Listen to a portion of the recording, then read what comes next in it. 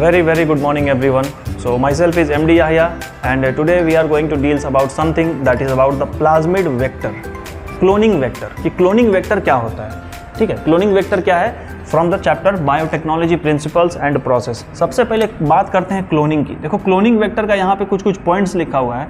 ये ऐसा टर्म है कि मतलब आपके क्लोनिंग वेक्टर में ये सारी चीज़ें होनी चाहिए. तो इन चीज़ों को मैं अभी एक्सप्लेन करके बताऊंगा कि ये चीज़ें क्या हैं और इनका काम क्या है. अगर ये आपके क्लोनिंग वेक्टर में नहीं होगा तो इससे प्रॉब्लम क्या है, ठीक है. तो फिलहाल पहले हम लोग क्लोनिंग वेक्टर के बारे में बात करने जा रहे हैं, क्योंकि ये जितना भी ये अभी यहाँ पर ये जो हम लोग अभी इस पॉइंट के बारे में बात कर रहे हैं, ये नीट पॉइंट ऑफ व्यू से, बोर्ड पॉइंट ऑफ व्यू से, चाहे CBSE बोर्ड हो या कोई भी स्टेट बोर्ड हो, बिहार बोर्ड हो, जैक बोर्ड हो, कोई भी स्टेट बोर्ड हो, अगर उसमें बायोटेक्नोलॉजी पढ़ना है तो cloning vector is the very important topic. और नीट में यहाँ से सवाल पूछे जाते हैं कुछ कॉन्सेप्ट के बेसिस पर. तो ध्यान से इस वीडियो में बने रहिए. हम लोग अभी बात करने वाले हैं क्लोनिंग वेक्टर के बारे में. तो सबसे पहले जानते हैं कि क्लोन मतलब क्या होता है. क्लोन का मतलब क्या होता है. क्लोन मतलब होता है कि exact carbon copy which is genetically similar to each other. इसको हम लोग क्लोनिंग कहते हैं, जो कि बिल्कुल एक दूसरे के एग्जैक्ट कार्बन कॉपी, जो कि एक दूसरे के बिल्कुल जेनेटिकली सिमिलर हो. सपोज दैट ये कोई ऑर्गेनिज्म है, इसके पास इसके बॉडी में DNA है और उसके पास DNA है A और B, उसके DNA में जीन है A और B. अगर हम इसका कोई दूसरा कॉपी बना दें और इसका दूसरा कॉपी में भी जीन अगर A और B है, तो क्या ये दोनों जेनेटिकली सिमिलर हैं? बिल्कुल, क्योंकि इसमें जो जीन है वो जीन इसमें भी है. तो ये दोनों आपस में क्या कहलाएंगे? क्लोन कहलाएंगे. ये दोनों आपस में क्लोन कहलाएंगे. क्यों? Because both are genetically similar. दोनों का जीन बिल्कुल सिमिलर है. लेकिन अगर यहाँ पर अगर हम कोई एक ऑर्गेनिज्म बना दे A और दूसरा ऑर्गेनिज्म अगर बना दे A और C, तो क्या ये दोनों आपस में क्लोन कहलाएंगे? बिल्कुल नहीं. ये दोनों क्या कहलाएंगे? ये दोनों क्लोन्ड नहीं कहलाएंगे. ये क्लोन नहीं है. क्यों? क्योंकि एक में जीन A है और दूसरे वाले में A, और एक A जीन के साथ C वाला जीन भी है. तो तुम बोलोगे कि सर ऐसा भी तो बोल सकते हैं कि चलो A और A जीन दोनों सिमिलर है. बिल्कुल नहीं. ये इसके पास अलग जेनेटिक कॉम्पोजिशन है, इसके पास अलग जेनेटिक कॉम्पोजिशन है. तो ये दोनों आपस में क्लोन नहीं कहलाएंगे. बट यहाँ पर ये दोनों आपस में बिल्कुल क्लोन कहलाएंगे. तो क्लोन का मतलब वही होता है कि exact carbon copy which is genetically similar to each other. यहाँ तक बात समझ में आया होगा. अब थोड़ा आगे बढ़ते हैं. अगर हमें क्लोनिंग वेक्टर की ज़रूरत क्यों पड़ी? हम लोग बात ये कर रहे थे कि अगर आपके पास में कोई भी, ये कोई बैक्टीरिया है और बैक्टीरिया के पास में ये इसका जेनेटिक मटीरियल है, तो जेनेटिक मटीरियल में हम लोग ये देखते हैं कि इसके पास जो प्लाज्मिड है, ये प्लाज्मिड कॉपी बनाता है. अपने बॉडी में प्लाज्मिड को ये मल्टीप्लाई करके ढेर सारा कॉपी बनाता है. NCERT बुक लिखता है कि किसी बैक्टीरिया के अंदर जो प्लाज्मिड है उसके अंदर कुछ फ्यू कॉपीज़ बनते हैं, मतलब कि थोड़े बहुत कॉपी बनेंगे. और फिर NCERT अपने दूसरे लाइन में ये मेंशन करता है कि किसी बैक्टीरिया के अंदर 15 से लेकर के 100 copies of plasmid can be multiply. 15 से 100 तक प्लाज्मिड को मल्टीप्लाई किया जा सकता है. तो प्लाज्मिड का मल्टीप्लाई होना मतलब क्या? प्लाज्मिड का क्लोन बन जाना. क्योंकि ये जो प्लाज्मिड, एक प्लाज्मिड से दूसरा प्लाज्मिड बन रहा है, तो इसमें जो भी जीन होगा वही वाला सारा जीन यहाँ पर होगा, सारा सब में वही सेम वाला जीन होगा. तो इसको हम लोग बोलते हैं क्लोन. यहाँ पे प्लाज्मिड का क्लोनिंग हो रहा है, मतलब कि प्लाज्मिड यहाँ पे क्या हो रहा है कि बहुत ही स्पीड से रैपिडली मल्टीप्लाई कर रहा है. ठीक है. तो इसी के बारे में हम लोग को बात करना है कि क्लोनिंग वेक्टर. तो सबसे पहली बात क्या है कि क्लोनिंग वेक्टर में हम लोगों को क्या क्या चीज़ होना चाहिए. तो बोल सकते हैं कि हम लोग अ cloning vector must be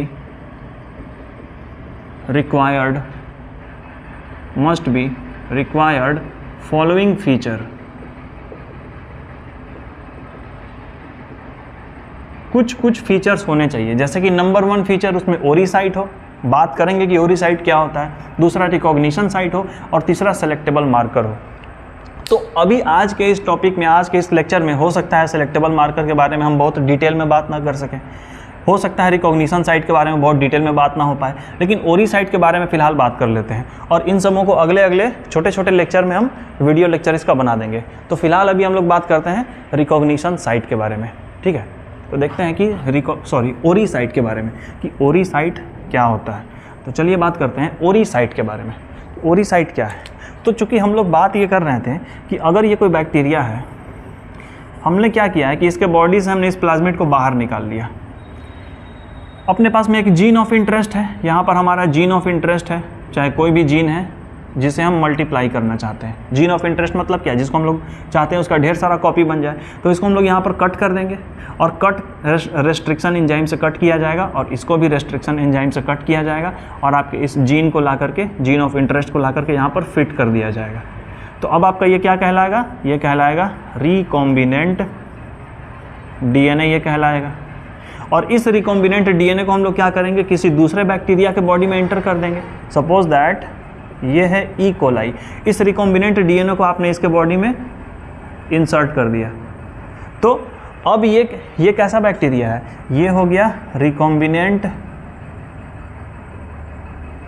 DNA transformant. हम लोग बात किए थे अपने पिछले वाले वीडियो में, ट्रांसफॉर्मेंट हो गया ये, मतलब इसमें अपना रिकॉम्बिनेंट डीएनए ट्रांसफ़र हो चुका है, तो ये कहलाएगा रिकॉम्बिनेंट डीएनए ट्रांसफॉर्मेंट। अब क्या है कि आपने कुछ देर के बाद देखा कि भाई आपका ये कॉपी मल्टीप्लाई नहीं कर रहा है। सर आपने तो बताया था कि प्लाज्मिड मल्टीप्लाई करता है, इसमें मल्टीप्लाई क्यों नहीं हो रहा है? एक ही कॉपी क्यों है? तो इसमें एक ही कॉपी इसीलिए रह गया क्योंकि आपके पास, आपने जो इस प्लाज्मिड को लिया था, इस प्लाज्मिड को जब आपने कट किया था, आपने जहाँ से काटा था वहाँ पर इस प्लाज्मिड का ओरी साइट था, ओरी साइट था। ये ओरी साइट अब इस प्लाज्मिड में नहीं है क्योंकि तुमने तो इसको काट के हटा दिया और तुमने यहाँ पर जीन ऑफ इंटरेस्ट फिट कर दिया। तो अब सवाल है कि तो जीन ऑफ इंटरेस्ट कहाँ फिट किया जाए? बेशक तुम जीन ऑफ इंटरेस्ट कहीं भी इसमें फिट कर सकते हो, लेकिन किसी भी प्लाज्मिड में सबसे पहले ओरी साइट होना चाहिए, ओरी साइट होना ही चाहिए। ओरी साइट क्या कहलाता है? इसको हम लोग बोलते हैं origin of replication, origin of replication, ये कहलाता है ऑरिजिन ऑफ रेप्लिकेशन। मतलब कि अगर ये कोई प्लाज्मिड है तो इस प्लाज्मिड में अगर आपने जीन ऑफ इंटरेस्ट को फिट कर दिया, सपोज दैट यहाँ पर तुमने जीन ऑफ इंटरेस्ट लगा दिया है, तो ये प्लाज्मिड अगर तुमने होस्ट बॉडी में डाला है तो ये मल्टीप्लाई कब करेगा? कब मल्टीप्लाई करेगा? इसमें जीन ऑफ इंटरेस्ट है, यहाँ पर भी जीन ऑफ इंटरेस्ट है, तो मल्टीप्लाई उसी वक्त करेगा जब इसमें कहीं पर भी ओरी साइट प्रेजेंट हो। सपोज दैट यहाँ पर ओरी साइट है, यहाँ पे ओरी साइट है, मतलब ऑरिजिन ऑफ रेप्लिकेशन, जहाँ से रेप्लिकेशन स्टार्ट हो जाए। रेप्लिकेशन मतलब क्या? खुद का ही कॉपी बना लेना, खुद का रेप्लिका बना लेना। जैसे कि अगर डीएनए है तो डीएनए से तुमने फिर अगर डीएनए का कॉपी बना लिया तो डीएनए से डीएनए बन जाना। ये क्या कहलाएगा? ये कहलाएगा डीएनए रेप्लिकेशन। इसको हम लोग डीएनए रेप्लिकेशन के नाम से जानते हैं। तो रेप्लिकेशन का मतलब क्या चीज़? कॉपी बना लेना। इसने खुद का ही कॉपी बना लिया, so it will be said here what? Replication. इसको हम लोग यहाँ पर रेप्लिकेशन बोलेंगे। तो भाई ऑरिजिन ऑफ रेप्लिकेशन मतलब कि किसी भी प्लाज्मिड में, किसी भी आपके पास में क्लोनिंग वेक्टर में ओरी साइट मस्ट बी प्रेजेंट, ओरी साइट होना ही चाहिए। तो इसीलिए यहाँ पर लिखा है कि क्लोनिंग वेक्टर में क्या होना चाहिए? अ cloning vector must be required following features. The very first feature is what? ओरी साइट। तो ओरी साइट का काम क्या होता है? इसका सबसे पहला काम क्या होता है? Replication, replication starts from this site.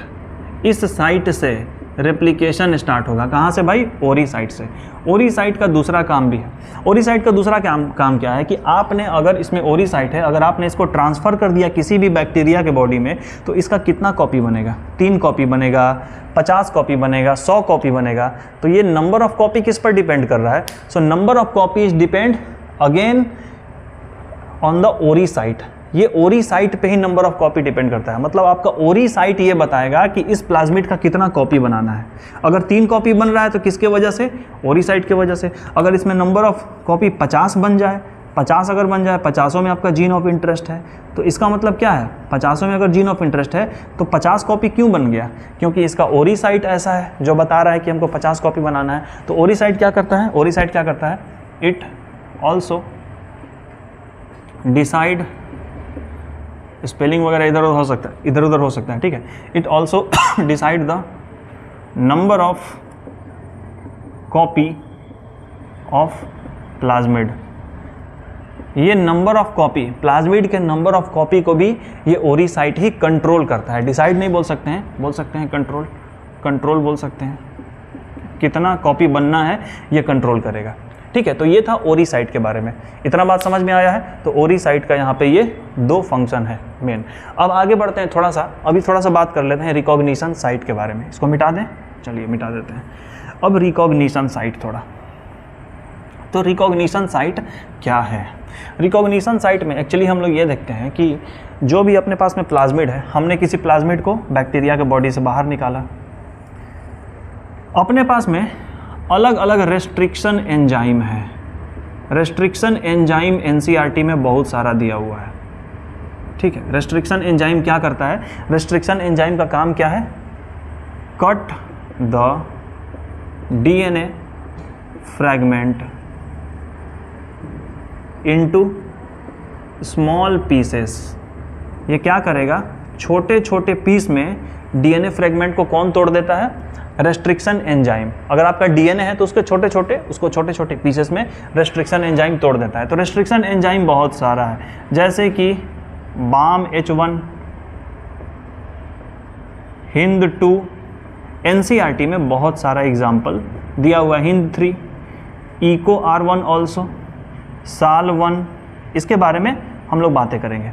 तो अगर ये कोई प्लाज्मिड है, इसमें मान लो सपोज दैट यहाँ पर BAM-H1 के लिए एक साइट दिया हुआ है, यानी आप BAM-H1 एंजाइम अगर इस पर डाल दोगे तो वो कहाँ से कट करेगा? इसको यहीं से काटेगा।